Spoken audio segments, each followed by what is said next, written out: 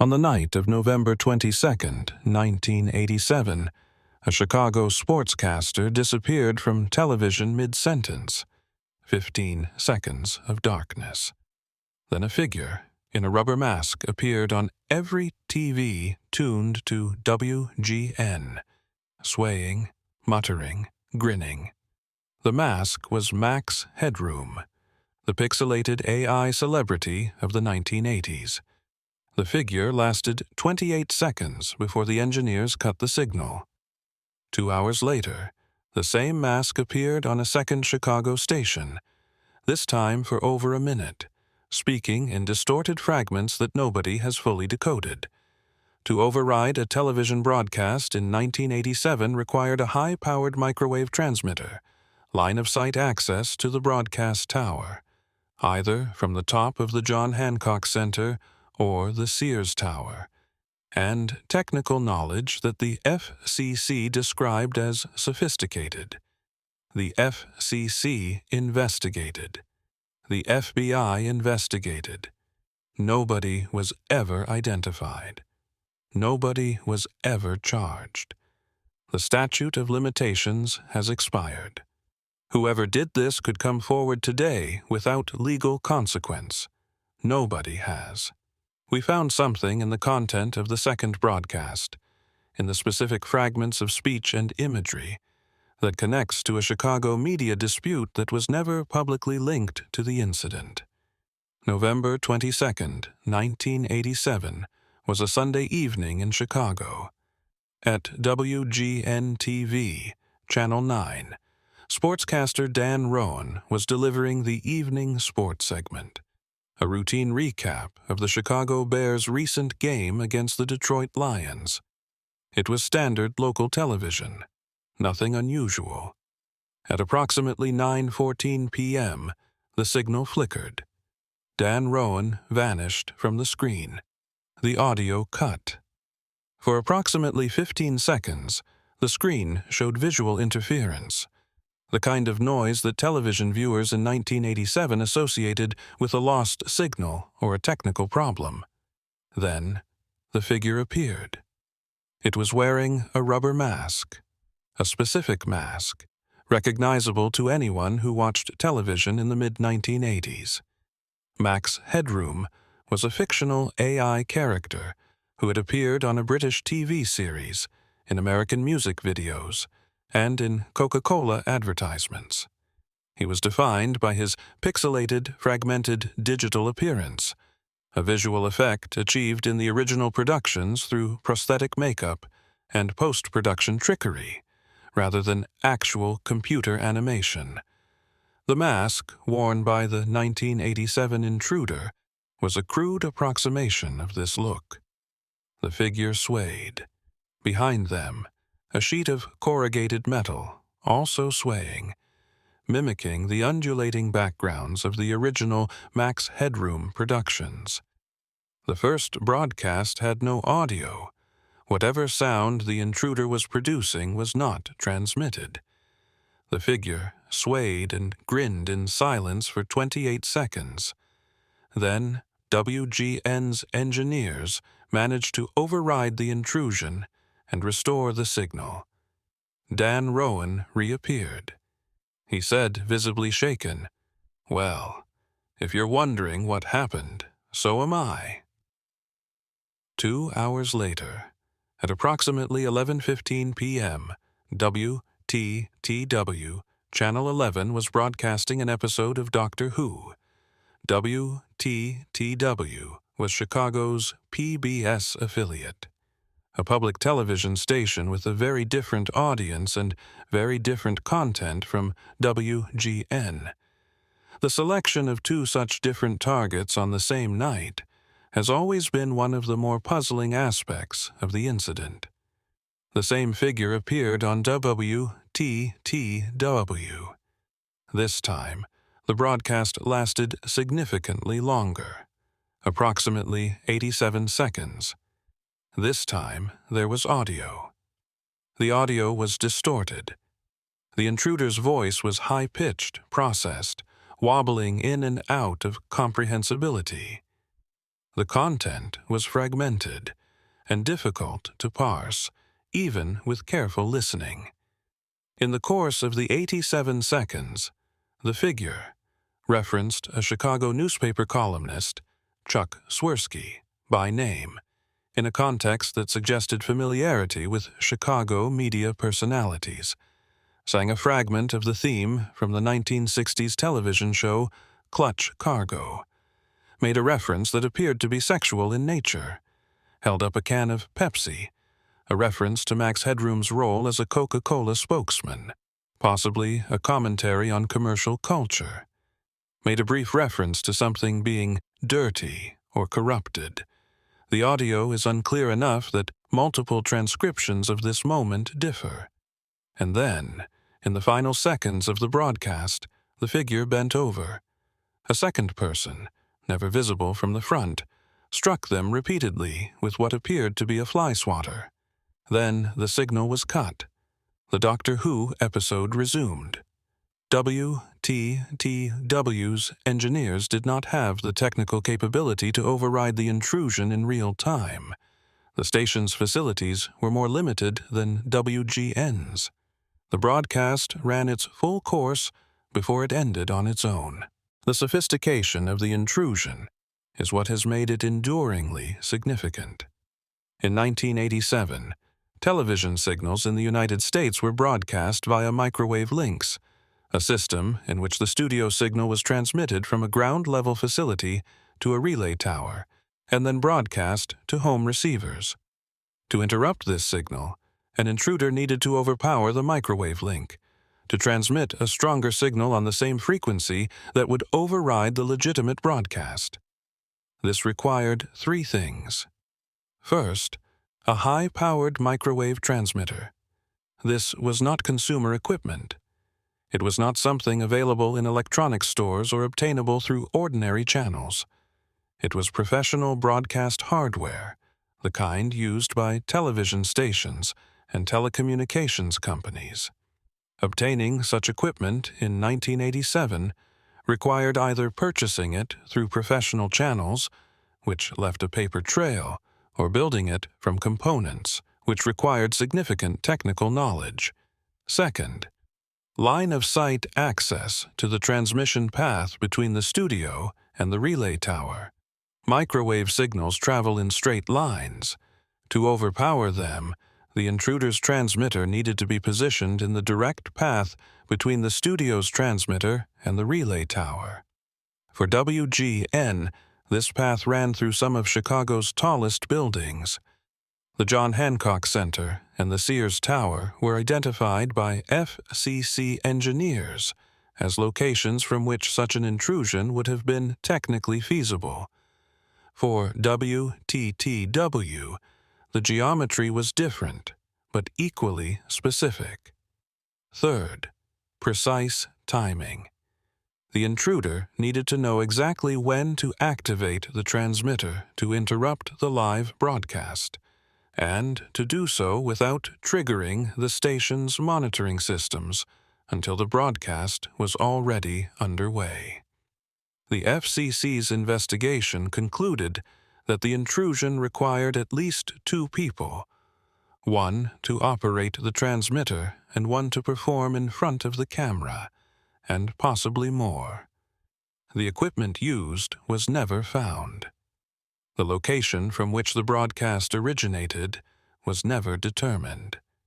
No transmitter matching the required specifications was ever traced to any individual or organization.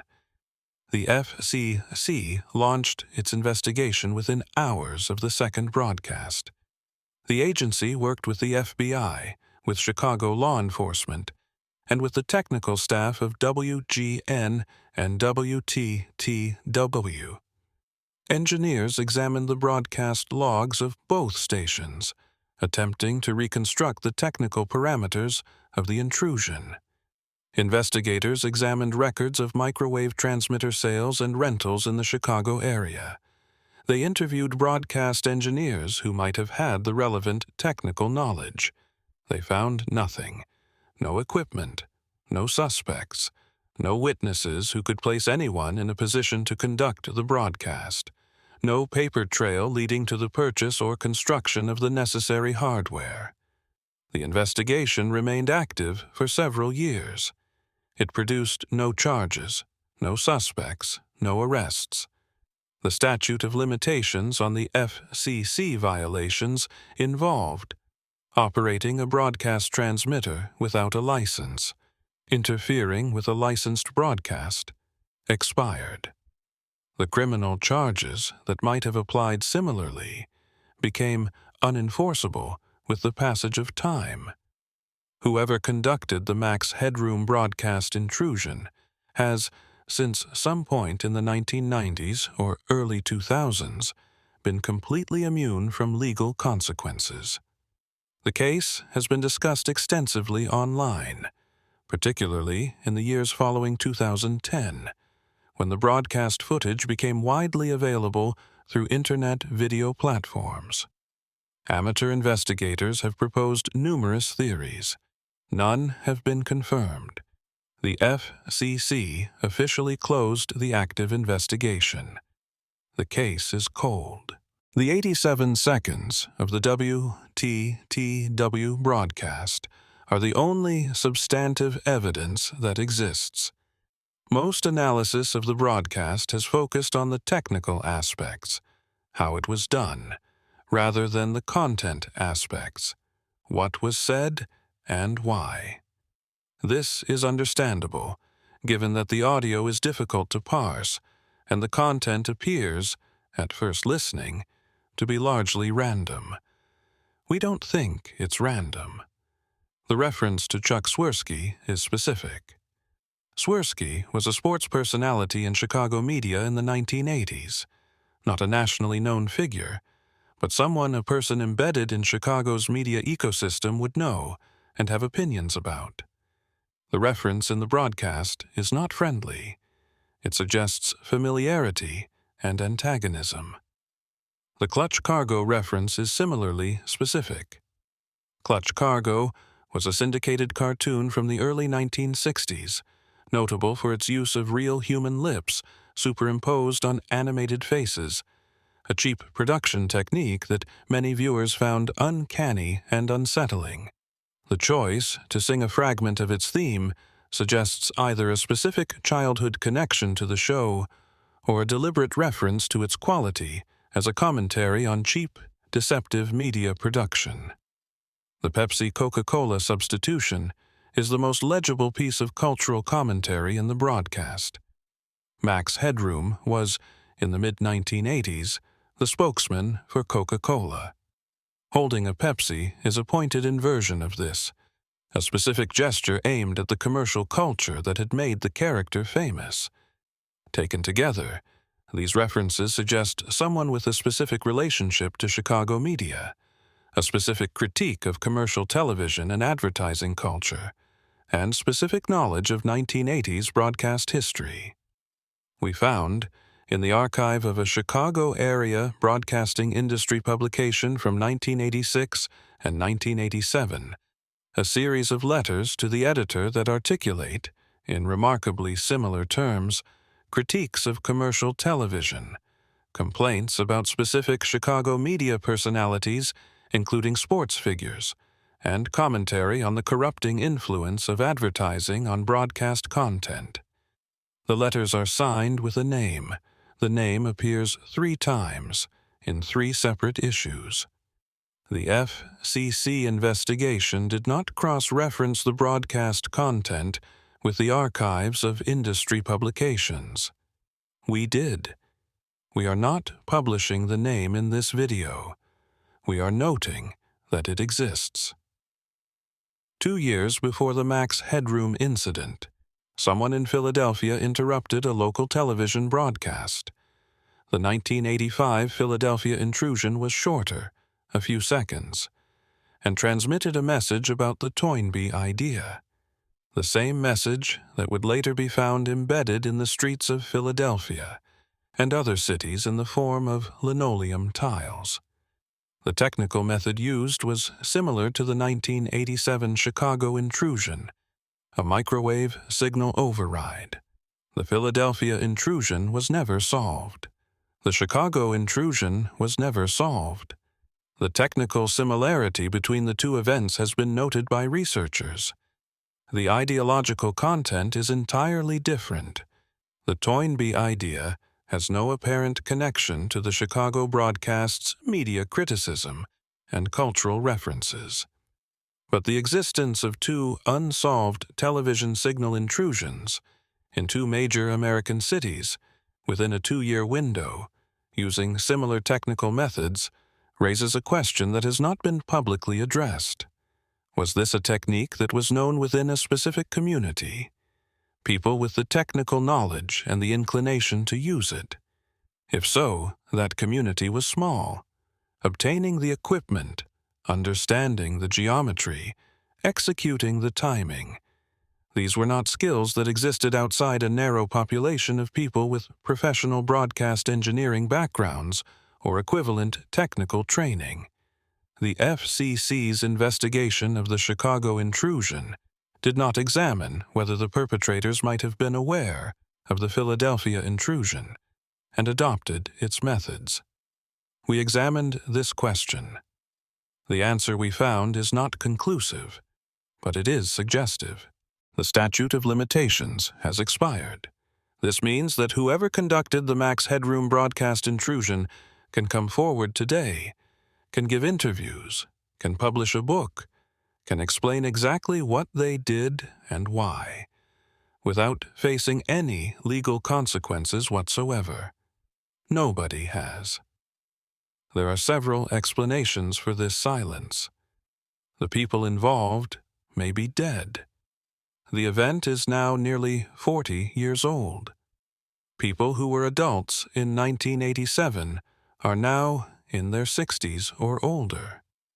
The people involved may have gone on to professional lives in media or technology that would be affected by the disclosure.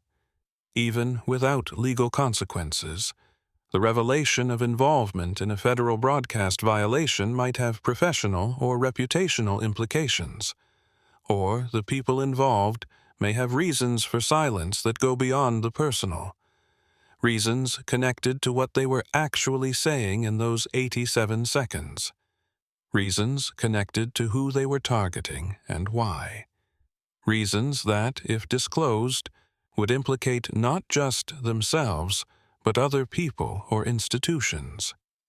The broadcast was not random. It was aimed. It was produced by people who knew exactly what they were doing technically, and who had specific things to say. The silence, after all this time, is as interesting as the broadcast. Here is what we know. On November 22nd, 1987, 2 Chicago television broadcasts were hijacked by a figure in a Max Headroom mask. The technical execution required professional equipment, line-of-sight access to broadcast towers, and at least 2 people. The FCC and FBI investigated and found nothing. The content referenced specific Chicago media figures and made specific cultural criticisms. The statute of limitations has expired. Nobody has ever come forward. A similar intrusion occurred in Philadelphia in 1985 using similar methods. The FCC investigation did not cross-reference the broadcast content with industry publication archives. We did. We found a name. Here is what we don't know. Who the name belongs to now. Whether the person is still alive. Whether the Philadelphia and Chicago intrusions are connected. What the flyswatter meant. And why, after nearly 40 years of complete legal immunity, whoever did this has chosen to remain silent. We're laying out what we found. You decide what it means. If you know something we don't, you know where to find us. Subscribe, share this, and leave a comment. Because somewhere in Chicago, or wherever they ended up, the people who did this are still out there, or they're not. Either way, the broadcast is still the only thing they ever said publicly. And 87 seconds, it turns out, is enough to say quite a lot.